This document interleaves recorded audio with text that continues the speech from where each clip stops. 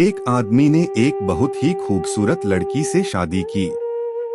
शादी के बाद दोनों की जिंदगी बहुत प्यार से गुजर रही थी।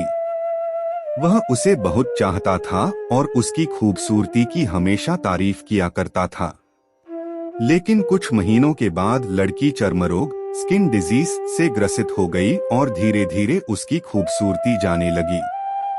खुद को इस तरह देख उसके मन में डर समाने लगा कि यदि वह बदसूरत हो गई तो उसका पति उससे नफरत करने लगेगा और वह उसकी नफरत बर्दाश्त नहीं कर पाएगी। इस बीच एक दिन पति को किसी काम से शहर से बाहर जाना पड़ा। काम खत्म कर जब वह घर वापस लौट रहा था, उसका एक्सीडेंट हो गया। एक्सीडेंट में उसने अपनी दोनों आंखें खो दी। लेकिन इसके बावजूद भी उन दोनों की जिंदगी सामान्य तरीके से आगे बढ़ती रही। समय गुजरता रहा और अपने चर्म रोग के कारण लड़की ने अपनी खूबसूरती पूरी तरह गंवा दी।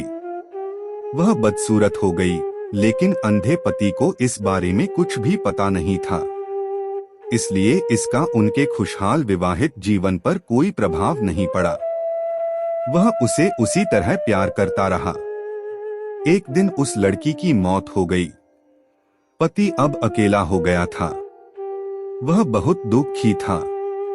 वह उस शहर को छोड़कर जाना चाहता था। उसने अंतिम संस्कार की सारी क्रियाविधि पूर्ण की और शहर छोड़कर जाने लगा। तभी एक आदमी ने पीछे से उसे पुकारा और पास आकर कहा, अब तुम बिना सहारे के अकेले कैसे चल पाओगे? इतने साल तो तुम्हारी पत्नी तुम्हारी मदद किया करती थी। पति ने जवाब दिया, दोस्त, मैं अंधा नहीं हूँ। मैं बस अंधा होने का नाटक कर रहा था, क्योंकि यदि मेरी पत्नी को पता चल जाता कि मैं उसकी बदसूरती देख सकता हूँ तो यह उसे उसके रोग से ज्यादा दर्द देता। इसलिए मैंने इतने साल अंधे होने का दिखावा किया। वह बहुत अच्छी पत्नी थी। मैं बस उसे खुश रखना चाहता था।